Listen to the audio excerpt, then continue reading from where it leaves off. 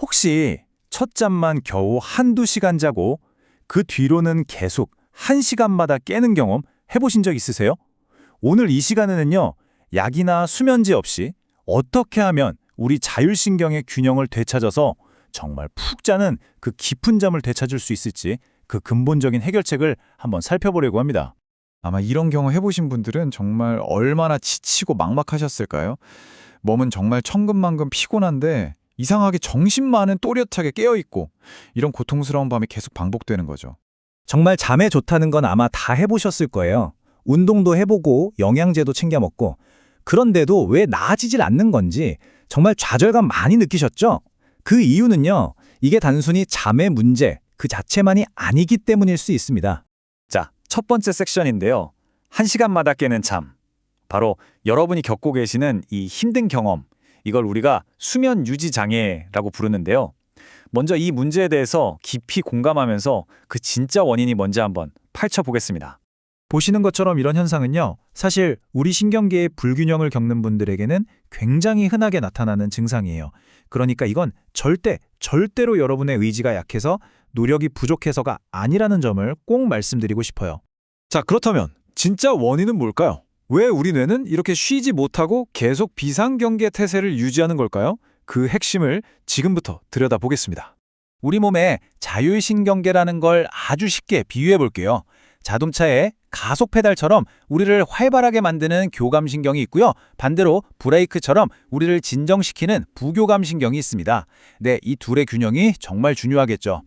문제는 바로 이 과각성이라는 상태인데요. 이게 뭐냐면 아까 말씀드린 가속 페달, 즉 교감신경이 꺼지지가 않는 거예요. 잠을 자려고 침대에 누웠는데도 우리 신경계는 계속해서 비상사태다 하고 소리치고 있는 거죠. 상상해 보세요. 이런 상태에서 깊은 잠에 드는 건 거의 불가능에 가깝습니다. 자, 여기서 정말 중요한 핵심이 나옵니다. 이걸 단순히 밤에 잠 못 자는 문제로만 생각하면 안 된다는 거예요. 이건 사실 24시간 내내 하루 종일 우리 몸 전체의 신경조절 시스템이 과도하게 활성화되어 있는 상태라는 겁니다. 그러니까 밤에만 문제가 나타나는 게 아니라는 거죠. 아마 이 부분에서 많은 분들이 이게 무슨 말이지? 하고 혼란스러워 하실 거예요. 바로 좋은 습관이 오히려 독이 될 수 있다는 건데요. 잠을 잘 자기 위해서 했던 그 건강한 노력들이 도대체 왜 상황을 더 나쁘게 만들 수 있는지 한번 알아보겠습니다. 보통 이렇게 생각하기 쉽죠. 운동을 좀 빡세게 해서 몸을 피곤하게 만들면 잠이 잘 오겠지? 이게 바로 격렬한 운동의 역설입니다. 보세요. 첫째, 우리 교감신경은 이미 비상경계 태세로 과도하게 활성화되어 있어요. 여기에 둘째, 달리기 같은 격렬한 운동을 하면 우리 몸은 이걸 또 다른 스트레스로 받아들입니다. 그럼 그 결과는 어떨까요? 맞습니다. 가속 페달이 더 세게 밟히면서 신경계는 더 예민해지고 잠은 오히려 더 안 오게 되는 거죠. 그래서 대안은 이겁니다. 처음에는 신경계를 막 자극하는 운동 말고요. 눕거나 앉아서 할 수 있는 운동부터 시작하시는 거예요. 예를 들면 누워서 타는 실내 자전거라든지 아주 부드러운 스트레칭이나 요가, 아니면 로잉머신 같은 것들이요. 깊은 복식 호흡도 정말 좋고요. 기억하세요. 지금의 목표는 몸을 지치게 만드는 게 아니라 우리 시스템을 진정시키는 겁니다. 자, 그럼 이 과열된 신경계를 어떻게 다시 안정시킬 수 있을까요? 지금부터는 약물에 의존하지 않고 우리 신경계를 효과적으로 리셋할 수 있는 두 가지 주요한 길을 소개해드리겠습니다. 그리고 정말 중요한 사실이 있습니다. 많은 분들이 수면제를 먼저 떠올리시지만 사실 현재 국제적인 가이드라인에서는요. 이런 만성불면증의 1차 치료법으로 약이 아닌 바로 이런 비약물적 치료를 가장 먼저 권고하고 있다는 점이에요. 그 첫 번째 방법이 바로 불면증 인지행동치료, 즉 CBTI입니다. 이건 그냥 커피 마시지 마세요. 일찍 누우세요. 같은 단순한 수면 위생 교육하고는 차원이 달라요. 잠자리에 누웠을 때 드는 그 불안감 자체를 낮추고 침대는 걱정하는 곳이 아니라 오직 쉬고 잠자는 곳이구나 하는 인식을 우리 뇌에 다시 심어주는 거죠. 한마디로 뇌를 체계적으로 재훈련시키는 아주 효과적인 프로그램입니다. 그런데 말이죠.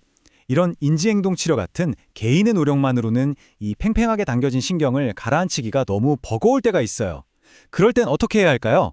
바로 그때 우리는 신경계 자체에 직접적으로 개입해서 이 과부하를 좀 줄여주는 방법을 생각해 볼 수 있습니다.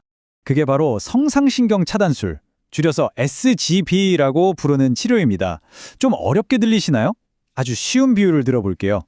막 너무 많이 써서 과열된 컴퓨터, 어떻게 하죠?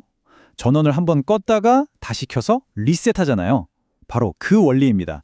우리 몸의 과흥분된 교감신경 스위치를 안전하게 잠시 내려줘서 신경계 전체가 스스로 리셋되도록 도와주는 치료라고 이해하시면 돼요. 특히 요즘에는 이 화면에서 보시는 것처럼 초음파를 직접 보면서 시술하기 때문에 굉장히 정밀하고 또 안전하게 진행할 수가 있습니다. 그리고 중요한 건 스테로이드를 전혀 사용하지 않는다는 거예요. 오직 우리 신경계가 자연스럽게 회복할 수 있도록 도와주는 거죠. 여기에 더해서 FBT 같은 다른 치료들을 병행하면 더 좋은 효과를 볼 수 있는데요. 이게 뭐냐면요.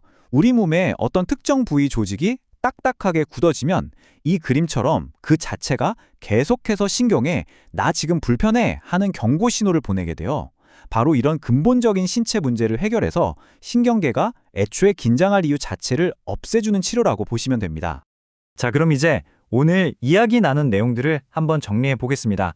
여러분이 다시 편안한 잠으로 돌아가기 위한 그 길을 밝혀줄 희망적인 메시지들을 다시 한번 짚어드릴게요. 지난 시간 동안 정말 많이 애쓰셨습니다.